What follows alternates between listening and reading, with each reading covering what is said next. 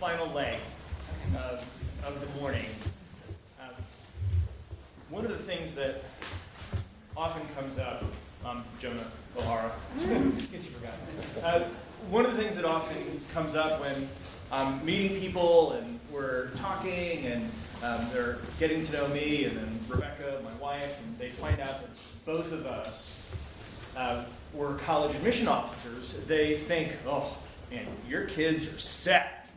It's like, well, I mean, I think that there is, you can think of it one way, but then also it's almost like all dentists' kids' teeth are kind of set. Like there's an area of experience that happens within the family that then gets passed on to the kids. But one of the things that when I think about my experience as an admission officer, that was motivated by my family background.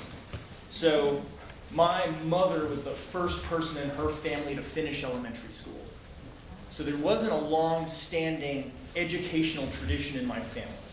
And so then when I was the first to go to college and grad school, and then all of the challenges that went along with that process, when I started working in college admission about 20 years ago, what motivated that decision was primarily to help students and families avoid some of the mistakes that I made, where I didn't have a lot of support through that process.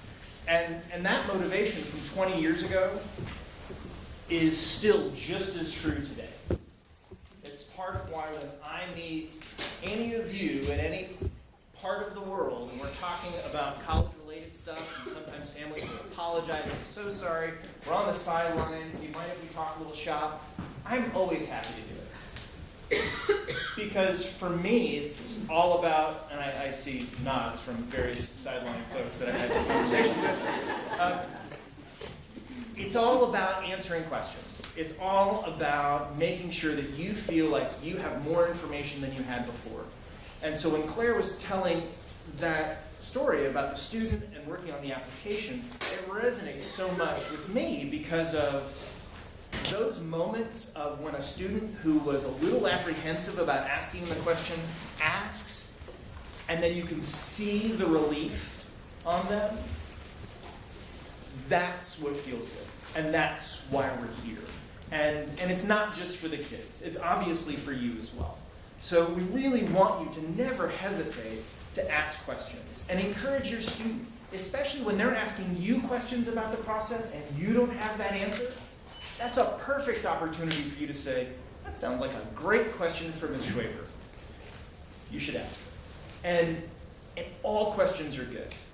So that part of it for us is we are in some ways kind of beginning this relationship with you now. For some of you, you've been with us for many years.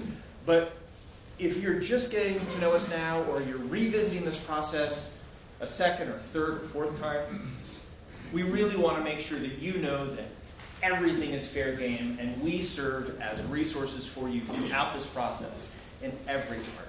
So always remember, whether it's just an email or a call or wanting, you have a bunch of questions and you want a face-to-face conference, all of that is good. So always remember that as we head down the next year and a half working with this particular student that you have. So with essays, we've talked a little bit about this, and as you hear some of the information I covered, some of it may seem repetitive, and believe it or not, it's actually by design. We find that there are some issues, some topics that actually warrant repeating, and we really want to reinforce some of these key issues. And an essay, certainly for a lot of students, is arguably the biggest source of stress and anxiety, and that's why we have more classes talking about essays than any other topic in the classes. So we have 3 specific classes that are dedicated this spring to the essay, and it finishes with a full draft that has comments from us. So as they head into the summer, they have written a full essay and received feedback from us about what's working and what areas need to develop as they head into future drafts. Some students have that draft morph into something they use for colleges, but even if they don't, it is an exercise of doing it and walking away knowing, I've already written an essay. I have something in hand that has been reviewed. That is good. The review of essays, it certainly is active during the summer, and kids are writing drafts and sharing them with us. And the one thing that you can help with in terms of reinforcing with your kids, it's not so much cracking the whip to do the writing. We often will have some students agonize for hours on their writing before they will share it. And we actually would rather see a one-paragraph glorified text message without any capitalization or punctuation that they spend a half an hour on. I would rather see that first than what they see in their mind as a polished final draft. We want to see the early stuff because then it's easier, it's low stakes for them to be able to hear from us. I really like this one sentence. The rest of it isn't really working, but build on this one key element, and here are some things that can direct you on the final draft. Well, then they can take that feedback from us and not feel as if they wasted 8 hours on an essay. They only spent a half an hour on it. Now they have something, a real nugget to develop. And so that's where you can help with them with their feedback, certainly over the summer, of making sure they're sending us that early stuff without taking it too much to heart.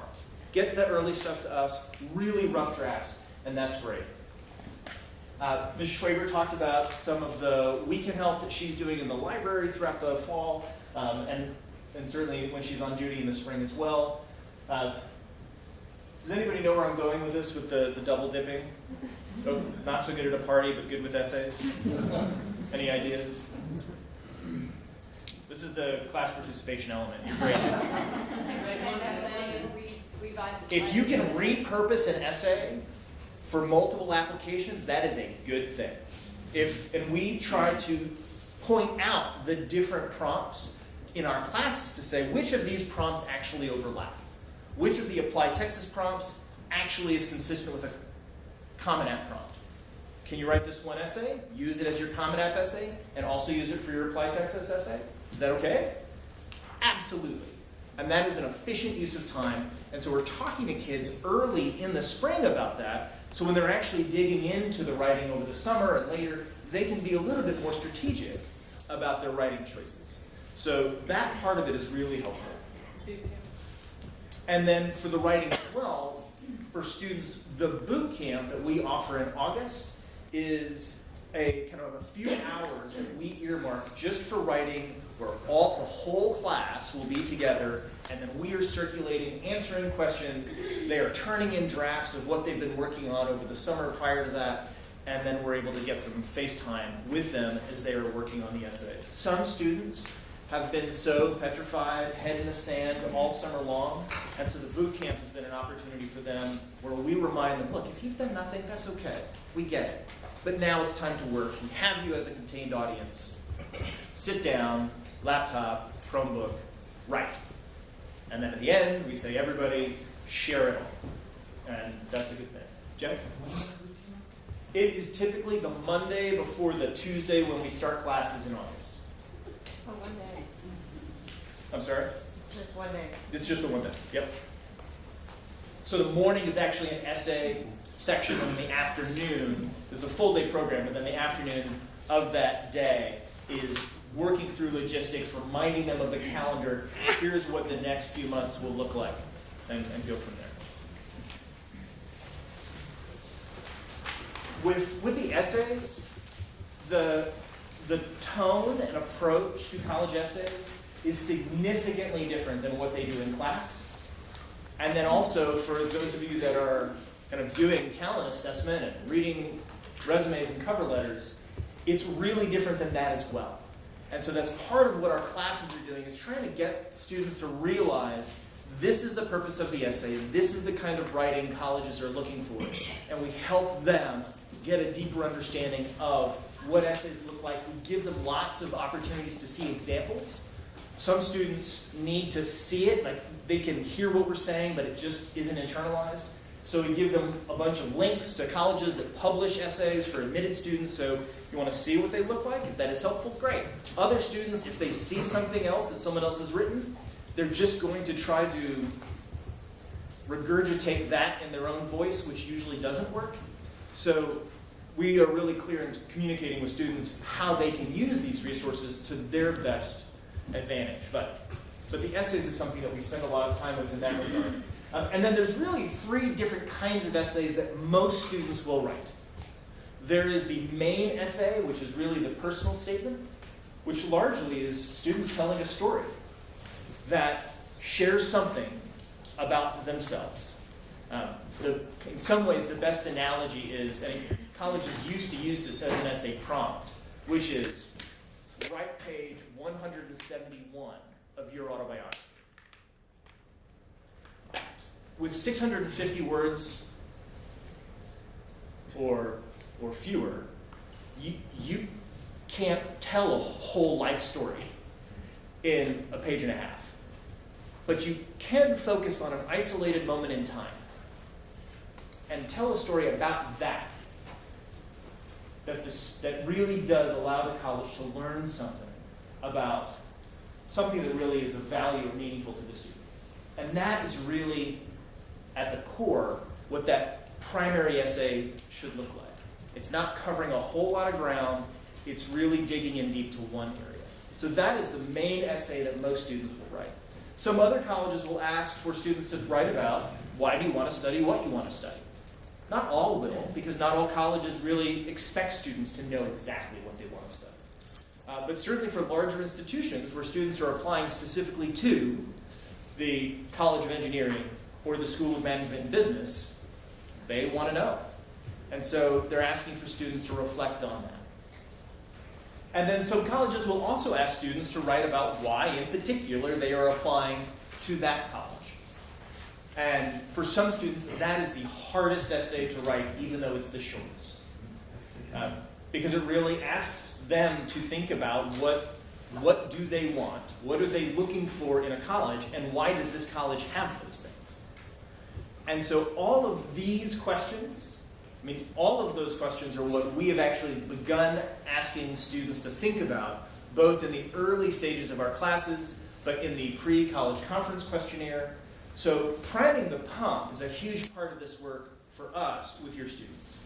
We don't expect them to be able to answer all of these questions clearly and fluidly today.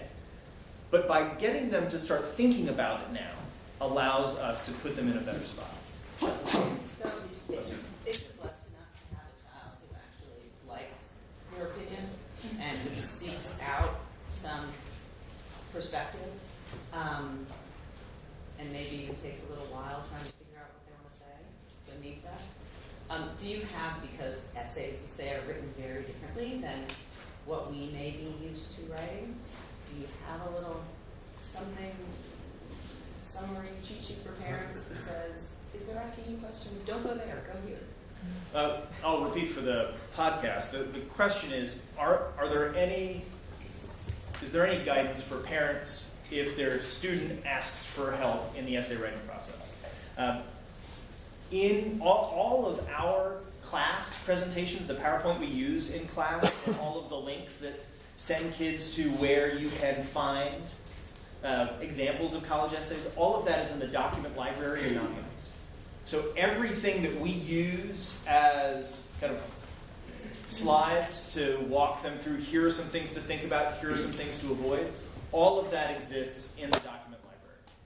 So you have access to all of that as you go through the process. And then we will also be releasing within the next few weeks a pretty comprehensive college handbook for all students and parents to have in black and white. It's largely in the kind of formatting stage at this point, but that'll be coming soon as well. So there's the next section of what we are doing. This will be a little interactive. You will see slides with some mastheads and logos, and I'll be asking you to think about what these colleges have in common.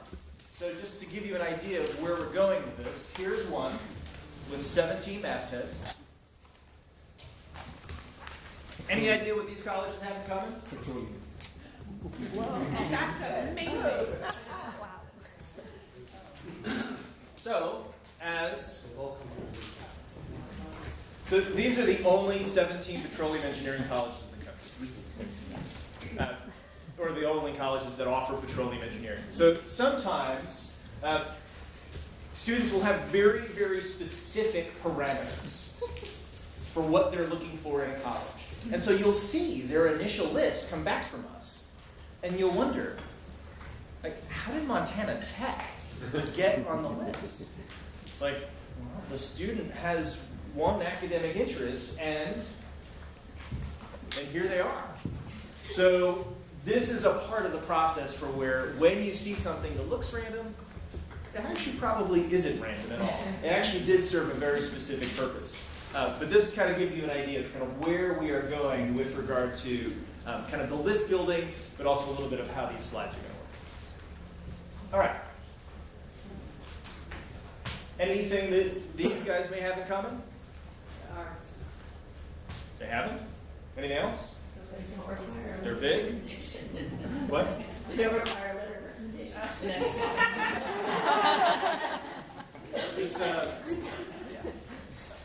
This exercise only works in some ways. If you're reading ahead, I recommend that you keep it to yourself. These are institutions that don't require letters of recommendation. So there's an old admissions saying that there's a 2-word answer to every question about what is important in the admission process. Have you heard this before? It depends. So when people say, our essay is an important part of the admission process, it depends. Are recommendations important in the admission process? It depends. Does whether or not you visit make a difference in whether or not you're admissible to a college? It depends. And what it depends on is the institutional values. Like, what does that particular college value in their selection process or in their student body? So these institutions have been pretty clear in saying letters of recommendation are not required. We're going to make evaluations based on the required parts of the application. And in the cases with the UCs and like University of Washington, they specifically say, don't send us letters of recommendation. They don't want them. If they want them, they will ask for them. So that's where colleges are doing everything possible, trying to manage their information flow. But it's also, and with UT and A&M, they say that they will accept letters if letters are submitted, but they're not required. And so it's a way that you can also, and this comes up with issues like interviews as well, when sometimes students will wonder, like, are interviews important? Are they required? If they're not required, then they're not important. What are the important parts of the application or what that individual institution will require? The supplemental stuff may be helpful, but how helpful it is usually is much less than the required elements of the application. So with the letters of rec, typically students will ask for 2. That's usually our guidance, because most of our students will have at least one college on their list that requires 2 letters. So we recommend students to pick 2 from this year. And this conversation, and we've already begun having it with students in class, and we'll have it with conferences, is also quite timely, because teachers are able to write significantly better letters the better they know your student. So, I will ask students in class, do you feel as if your teachers know you as well as they could? And sometimes they will say no. It's like, what could you do differently in order to change that? I could conference more. Indeed, you could. I could participate more in class. Yes, indeed. So those are the things where we're having that conversation now, so that students realize that it's not just teachers writing about assessments. It's more than that. So we're trying to get students to recognize that what they put into it can also change what comes out of it in that regard. The thing that also is really important about the letters, we want students not to only ask the teachers in whose class they earn the highest grade, but to talk to the teachers who know them best as students. Math may come really easy to your student. They never conference, they don't speak up much, they do all their homework, they earned an easy B+, no worries. They worked their tail off for a G in English this year, conferenced all the time, submitted extra drafts of papers, started with a P+ in the fall, finished with a G for a year, so proud of that B- they earned spring term. That could be a much better teacher for that student to ask. Even though the grade could be significantly lower for the year, that teacher knows them better as a student. And that is what colleges are looking for. Because they can see the grade on the transcript. What they want to know is what kind of student is your child. And that's where it can really be helpful through the letters. Typically, one humanities, one STEM is the guide. There are circumstances where it'll be 2 STEM, or 2 humanities, or some other combination. But that's a conversation that's really important to have with the college counselor. So when students, we require that conversation of them, whether they bring it up or not. And so we will be pushing them as we get deeper into the spring about who they are asking to write their letters. Sorry, quick question. Yes. Is it exclusively teachers that have to write letters of recommendation? Well, teachers will write, if colleges require a letter from a teacher, yes. We will write letters for all of the students, and our letters are more comprehensive. But if our children do activities outside of school, is there letters of recommendation? We're going through our first self. So, right. So that's kind of this point here under kind of advisors, coaches, people, employers that they have relationships with outside of school. What we have found as being the most useful is when those folks send us 3 or 4 sentences about the student, and then we incorporate it into our letter. Okay. Because some colleges actually will cap the number of letters, and they'll cap it based on the order in which they were received. So they'll say, we require 2, we will only accept 2.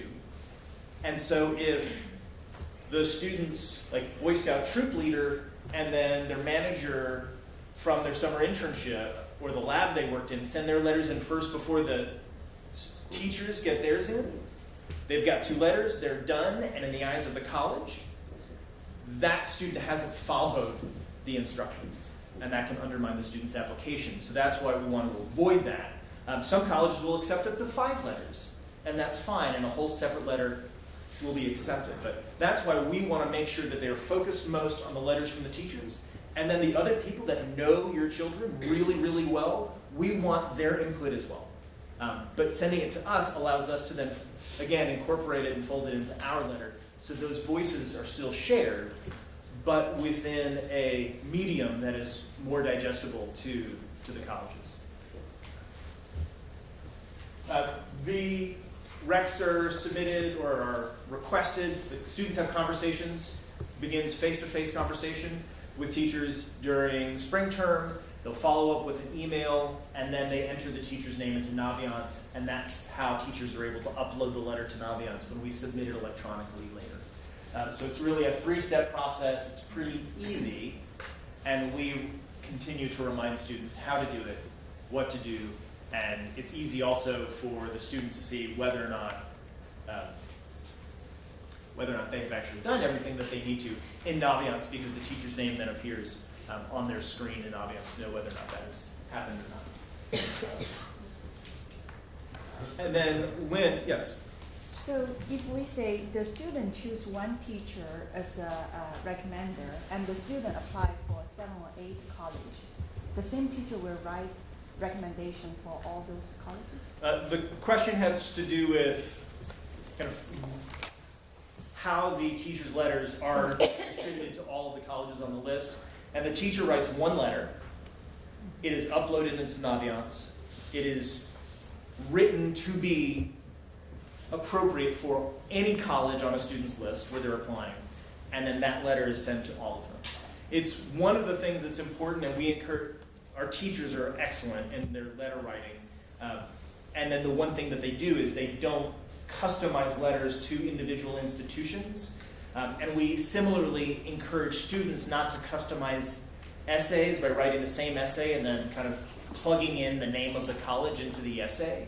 Aside from the why they're applying to that college, that one, the college's name is required. But in all of the others, all it does is just a recipe for like data merge mistakes. And when I worked in the admission office at BU, we would get applications all the time where students said, I've wanted my entire life to attend Boston College. And we would try to make that dream come true. It's one of those things where that is a careless mistake that doesn't mean a thing to colleges, so we say don't do it. And in that way, the one letter that teachers write is appropriate for all. Laura? Can you, I'm assuming a student can't read the recommendations. Correct. But you all can? Yes. So like if the school just requests one, Right. you'll pick which one is the best one? Yes. Or make some kind of, and Yeah. if there's a one that doesn't turn out, are the teachers, will they say, I'm not maybe the best person to write for you? If there's Exactly. okay. Exactly. The question is the question is multifold in terms of both the teacher letters, if a college only requires one, what do we do in that circumstance? And then also for teachers, what do they do if a student asks them to write and they don't feel like they can write a positive letter? And that's exactly what we tell teachers to say to a student. So there are no negative letters of recommendation that are written, period. What happens is that if a student asks a teacher, the teacher will say, I think you should ask someone else.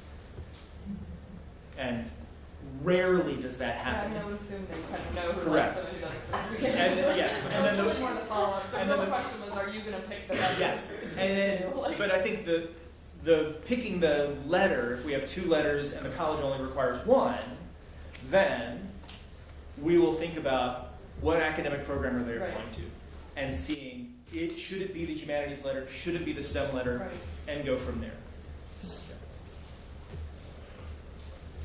So we talked a little bit before about if you have friends in high places that are willing to go to bat for your student in the admission process, it can make a difference, and we have seen that happen. But the notion of a kind of auto pen letter from a senator who has never met your child doesn't matter at all.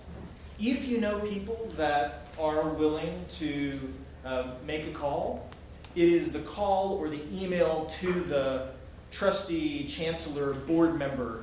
That is the best way for that influence to take place. And if you have any questions about that, just contact your student's college counselor and we can guide you through that process.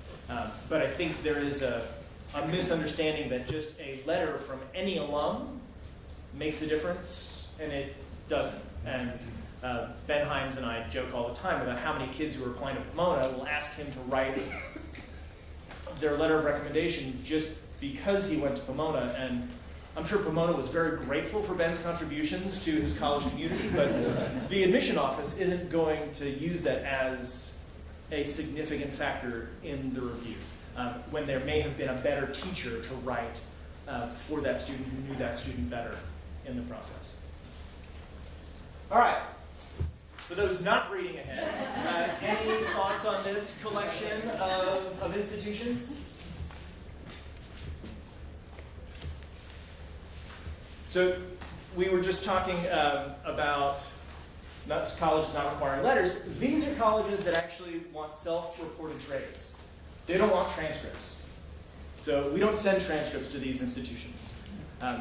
We give students a copy of their transcript in August. We sit down with them and say, look, if you're applying to any of these colleges, contact us so we can help you complete this section of the application. But students will self-report their grades. And that's what colleges are using for the decision making. I did a statistical study that I presented at a conference a few years ago where I reached out to all of these colleges and asked for the data to determine like, how often is this kind of going south for you. And it was in 0.03% of circumstances had students misrepresented their academic record. So the reality is the stakes are so high, and because if a student elects to go, a final transcript is required. So when they do the validation at the end, at that point, a student would find out usually it's the last week of July, that their offer has been rescinded, and it's too late for them to apply anywhere else. So, in that regard, students are properly motivated to be honest and forthright, as they should. But that's this is a trend that is building steam across the country, not just at these larger institutions. Yes? Since every high school now, including St. Stephen's, have come up with a convoluted way to not give a letter score, so it's always different and harder for the colleges to interpret. How do these colleges, number one, interpret those scores, and if you're self-reporting them, do you have to translate them, or do they translate them? So on your chair, the question has to do with how colleges are understanding our transcripts and the environment from which the student is coming. On your chair is a copy of the school profile, and that school profile goes with every single transcript that we send. And then for institutions like this, where we're not sending transcripts until students matriculate, the colleges ask us to upload a transcript at the beginning of the admission cycle, or not a transcript, a profile. So they have the school profile before they begin reading files. And also, colleges have so much historical information and relationships with us that I think for some families, our ways seem really different and strange. But to the colleges, it really isn't. And so that's where our colleges that come and visit during lunch, they are always reassuring our students that, I know you're concerned, but we know the difference between a V and a G. We understand that you don't have an AP curriculum, and we think that your curriculum is excellent preparation for the demands of our college classroom. So that's where, and also we're not the only ones that have a non-traditional grading scale.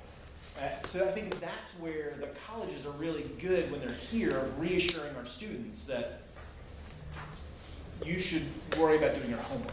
You don't need to worry about this. And that's a great thing for them. Did that answer your question? Okay. Jay? I was just going to ask, why in schools, why not just take transcripts? Why would they want self-reported transcripts? It's even easier on learning. The question has to do with why colleges would go to self-reported transcripts, and the issue is volume. They find that it is faster for them to process. I mean, I think UCLA had 75,000 apps last year. Easier for them to process that volume of applications when it's standardized in a way that is easier for them. Okay. All right. How about this motley crew? They're similar to the last group. They accept self-reported test scores, and for a lot of the same reasons. So part of the motivation to move toward accepting self-reported test scores was to improve accessibility, to break down barriers that may have gotten in the way of other students applying. But the other is that it speeds their processing, and similar to self-reported transcripts, or self-reported grades, with the self-reported test scores, an official score report is required if you choose to enroll. So at the end of the process, that's where you go. And this is just a selection of some. There are dozens of colleges that are doing it, and dozens more are adding it every year. And you'll be able to counsel which ones super score and don't, and help them understand why you can super score on the SAT, maybe not always on the ACT, and how that Yes. works with that. And that is where we talk about the it depends. And every institution is different as to whether or not they will super score, whether or not they'll super score for both or just one, and so on. Well, that was kind of my same question, especially when they're self-reporting as opposed to just having the standardized thing and the college can take it and super score it themselves. It'll be pretty clear what they're supposed to actually put in. Exactly.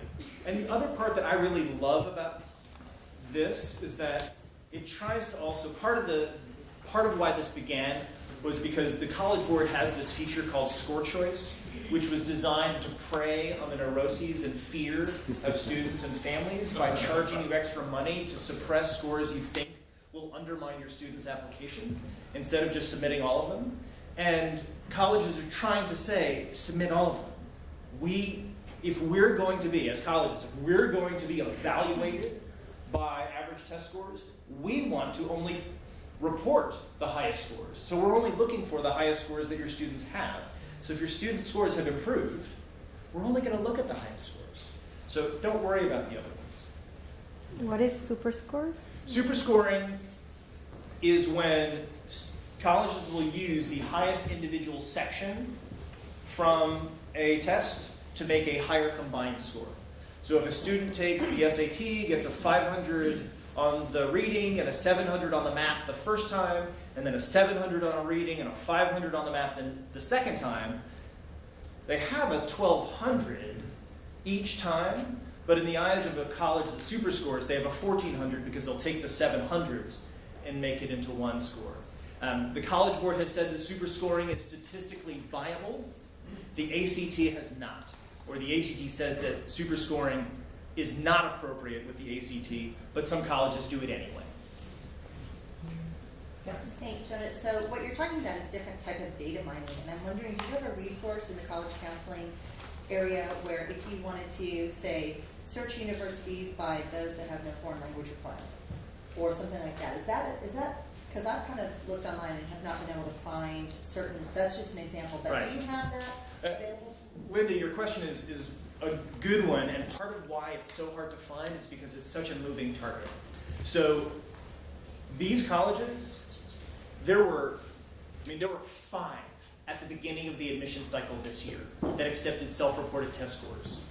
And then about 60 announced in the fall that they would accept self-reported test scores. So it is moving very quickly. And similarly with regard to the colleges that may not have a foreign language requirement or may not have a math requirement, it moves a lot. So that's why we have a good idea of some of them. And then it's up to kind of students to then look more clearly at the other colleges to see, has their policy changed? Are there more of them? So when you're looking in the CISC guide, for example, and it has a score range, Right. are those super score? I mean, is that range based on super scores, basically? The ranges that you will see that any college Yeah. presents will be based on their institutional policy. So UT and A&M, which don't super score, their ranges will be on individual administration, one sitting. Okay. But at Williams, theirs will be based on super scoring. So it makes theirs look even higher than they might already look Correct. when you're looking Right. at your one score. And typically when you're seeing a range, it's the middle 50%. So they drop the top quarter and the bottom quarter, and you just see the middle.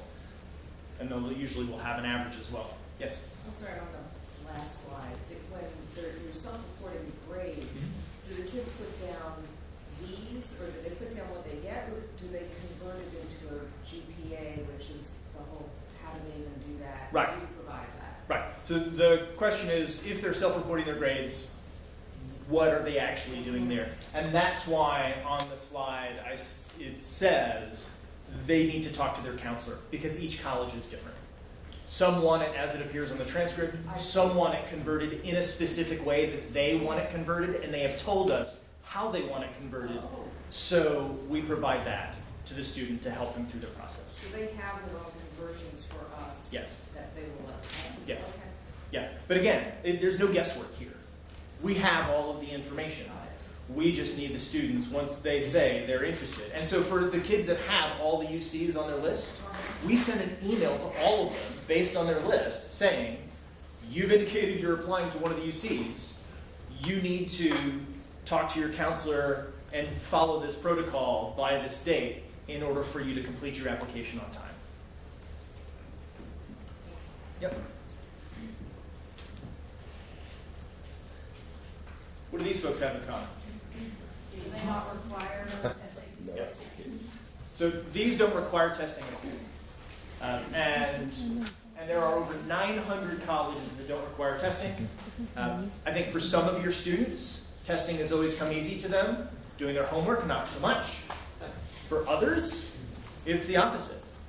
The school part is much easier for them than standardized testing. So this is an example of a very small sample of colleges who do not believe that 3 hours on a Saturday morning is the end-all be-all of summing up your students' contributions to their community.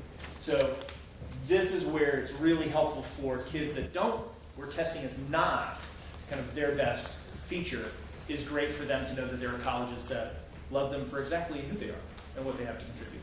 Are there any who don't accept testing? Yes. So Sarah Lawrence and Hampshire they won't even take them if you send them. So they are completely test neutral in that regard. And assuming if they say it's not required, they're also not prejudiced about whether they get or don't. Exactly. So they don't penalize students for exercising an option that the college has presented to them. Exactly. These 4 institutions have something in common. Aside from being super STEMmy. So it used to be, do any of you from a generation that remember the achievement tests, as they were called when I was in high school? And then they became the SAT 2s, and now they're called the SAT subject tests. There used to be many that required them, and now there's only 4. So that number has been getting smaller and smaller every year, and then here's some details down below about some of the colleges require subject tests for specific majors, but not all majors. So this is also information that we're working with students with, and especially for juniors heading into the spring as they're thinking, should I take subject tests, should I not take subject tests? And we're always pretty clear with them. If you're applying to one of these 4, then yes, you must take subject tests. If you're not, then let's talk about whether or not it's a good idea for you to take subject tests. But it's really not necessary for nearly as many students as it used to be. Yeah. So is it to test out of certain requirements? No. Why do you take them if they're not the schools? I think part of it is inertia, kind of historical inertia that some people think that you should. And then there are some colleges like Duke and Georgetown that say they strongly recommend. And then that is supposed to be the covert language for saying it's required without making it required. So some will take it for those reasons, even though, similar to your last point, they can't penalize a kid for not submitting it if it's not required. When are these tests and how does one go about? The subject tests are administered by the College Board, same with the SAT. They are offered every one of the SAT dates except for the March, and then I think the new August date, which they added this year for the first time. But almost all of the SAT administrations, you can take subject tests. Our students typically will do them in May or June. So, of junior year. Of their junior year. And that's typically especially in the sciences, or in a foreign language that they're not continuing senior year. Otherwise, they could do some of the other subject tests in the senior fall if they want. So in the whole universe of college choices is about 15 if you add all those guys that are recommended but not required. The recommended but not required is subtext for in a competitive situation, the students that have taken the test will be preferred over those that haven't. They may. Okay. All right. But they may not. Right, it depends. So, but this is a great example of should students agonize for hours about something that may or may not matter. And I think that's where we try to counsel students clearly about self-care and managing their own time, and should you spend hundreds of dollars on tutors and then prep for something that may be insignificant. It may be worth it for some students. It often isn't worth it for many others. And we're really trying to make sure that students are in a position of all of the information so they can make smart choices. We are already over time, so I really want to make sure we hit some of these other points. We've actually hit a lot of these already through your questions. So there's now an optional section for the SAT and the ACT. And because some colleges require it and others don't, we recommend that students take their initial testing with the writing in case they apply to a college that requires it later. Because if they don't do it now and then in October they decide they want to apply to a college that requires the writing, it may be too late for them to scramble to take it before a deadline. So just have that writing score in hand. We just talked about subject tests. AP exams are not admission tests. There are no colleges in the United States that require the AP. APs are designed for students to earn college credit. And then if students are applying to colleges in Canada or the UK, they can be either required or very helpful in the admission process. But as students are thinking about taking APs versus not taking APs, if they take it, it should be for the right reasons. And that would be because they have taken the right courses, done well on those courses, feel confident going into the exam, and want to perhaps earn some college credit. Can the AP substitute for these subject tests? No. AP exams cannot be used in lieu of subject exams. Is it generally for credit only at public universities or also private? Some privates will accept AP credit. Many will. However, what we have heard is that public universities are the most generous with awarding credit. So they may accept a 3 on the Chem for Chem 110, but a 4 or a 5 will get you credit for Chem 110 and 111. And so you may start with sophomore standing at a public university, but not at a private, depending on how many AP exams you've taken, as well as kind of how well you've done on those exams. And not all universities accept it for Correct. Not all universities will accept it for credit, or will accept the same score or the same exam for the same courses. And can you take AP exams, say, in the spring of senior year when you already know you've been accepted Yes. somewhere and the pressure's Yes. off? And you know exactly where you're going and whether that institution will accept them or not. So some juniors will take AP exams. More often it will be seniors making a smarter decision because they have more knowledge at that point as to whether or not it matters for them. For students for whom English is not their native language and are taking the TOEFL exam, usually the end of junior year is better for those students. We'll have students who've already started. Claire talked about this already. Most students who haven't tested yet will start in the February or March window coming up, and then will be thinking to retest either in May or June of this year or in the senior fall. I think that something that is problematic for some myths that are out there is that you have to get all your testing done by the end of junior year, and that's absolutely not true.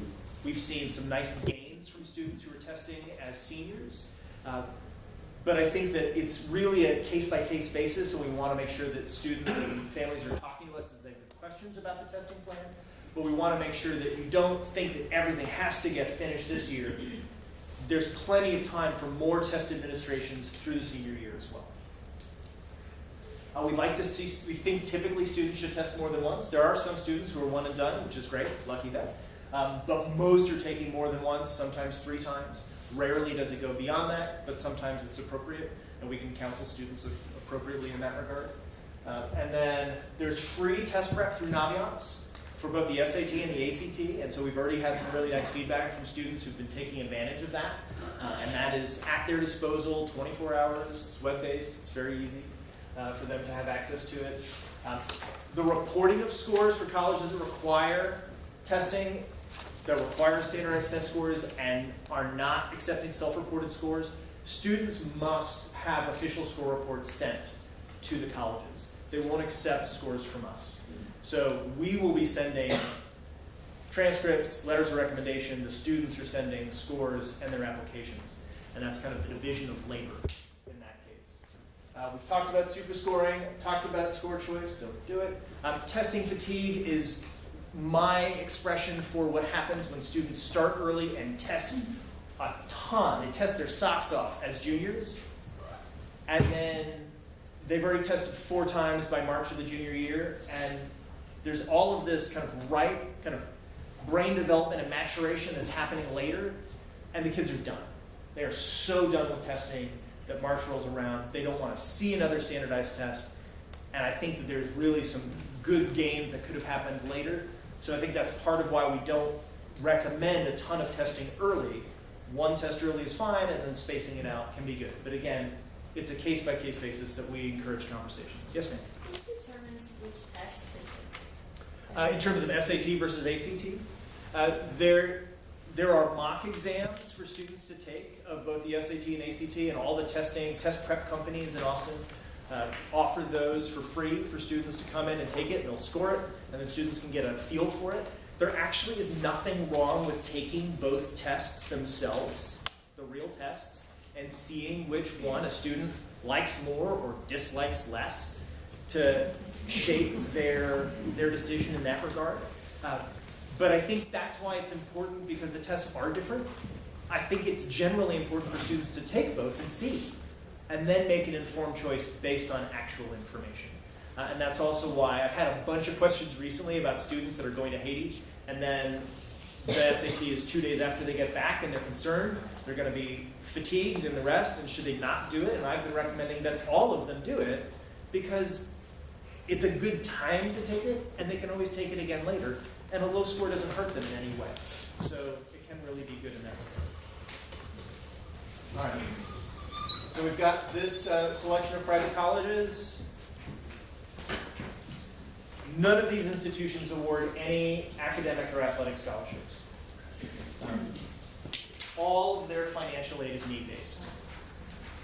So if you've ever heard someone say, oh, my neighbor got a full scholarship to go to Princeton. Nice. Doesn't exist. There's no scholarships at Princeton. It's all need-based aid. And especially if they were to say they got a scholarship to Princeton to play lacrosse, more lots. They may be playing lacrosse at Princeton. So here it is, and it's usually, again, these are typically the most selective colleges in the country that are funding students in this way. Got another nice mix here. So these are colleges that meet the full demonstrated need of admitted students. So some of these institutions are offering merit as well, but for many of them, and all of the colleges on the previous slide as well, also meet full demonstrated need.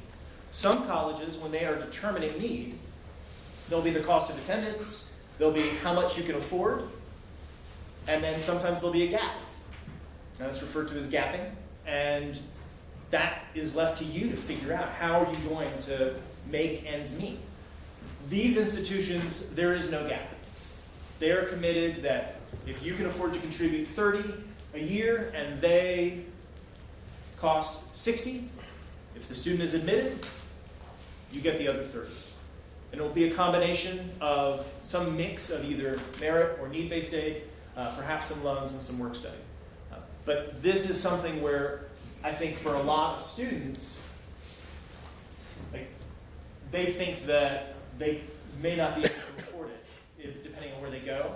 The part that's a little unfortunate is there are no Texas institutions that meet full demonstrated need. So it then is, for some students that may be looking for more affordable options, it may mean going further away in order to have that more affordable option for them. This is a very crowded slide, and it's pretty crowded for a reason, if nothing else to illustrate how many there are.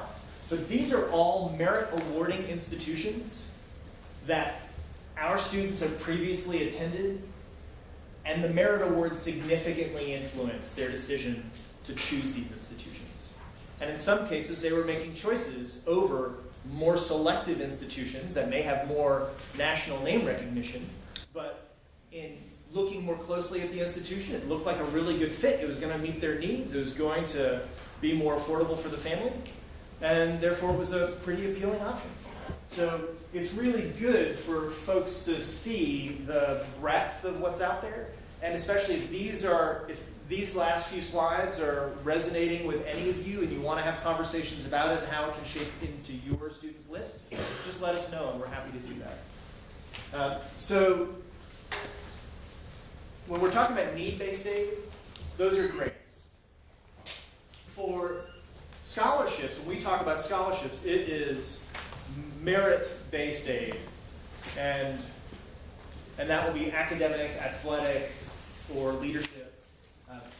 All colleges will have a net price calculator, which is where students can enter academic information, you enter financial information, and you get a projected financial aid award. Colleges are federally required to have that information on there. Need blind versus need aware. Need blind means colleges are making all admission decisions without any regard to a family's financial situation. Need aware means that they may be looking at a student's ability to pay and making a decision. At need